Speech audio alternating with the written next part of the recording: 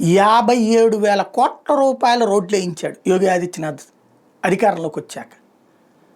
అలాగే కేంద్ర ప్రభుత్వం దాదాపుగా 2 లక్షల కోట్ల రూపాయలతో రోడ్లు వేసింది ఉత్తరప్రదేశ్లో. ఆ క్రెడిట్ అంతా ఎవడన్నా రాశాడ వార్త? ఒక్కడు రాయల. కానీ గజియాబాద్ ముస్లిం డామినేటెడ్ ఏరియా, అక్కడ ఒక వంతెన లాస్ట్ ఇయర్ ప్రారంభించారు, ఆలస్యమైందట.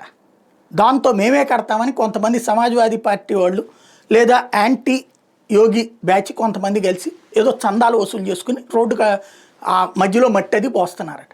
అదిగో చూసారా యోగి ఆదిత్యనాథ్ ఫెయిల్యూరు. గజియాబాద్లోని ఒక గ్రామంలో ఒక రోడ్డు వేయకపోతే వీళ్ళు వెళ్ళి వేస్తున్నారు. అయోధ్యకు రోడ్డు వేసినోడెవడు, కుంభమేళాకు రోడ్డు వేసినోడెవడు, కాశీలో రోడ్లు వేసినోడెవడు, ఇవన్నీ వేసినోడు ఒక్క రోడ్డు దగ్గర ప్రాబ్లం అవుద్దా? అది కూడా మొన్న మధ్యదే. 10 ఏళ్ళు 15 ఏళ్ల పాటు రోడ్లు ఆగిపోయినటువంటి సందర్భాలు. అసలు ఇన్ని దశాబ్దాలుగా రోడ్లు లేని బోల్డ్ ఉన్నాయి ఉత్తరప్రదేశ్లో, అవన్నీ వేసుకొస్తున్నాడు. కానీ విష ప్రచారం చూసారా? సోరోస్ మైండ్ సెట్ చూసారా? లేదా మన దేశంలో యాంటీ హిందుత్వ మైండ్ సెట్ చూసారా? హిందుత్వవాదుల్ని ఏదో ఒక విధంగా దొంగలు చేసే ప్రయత్నంలో జరిగేటటువంటి తెలివితేటలే.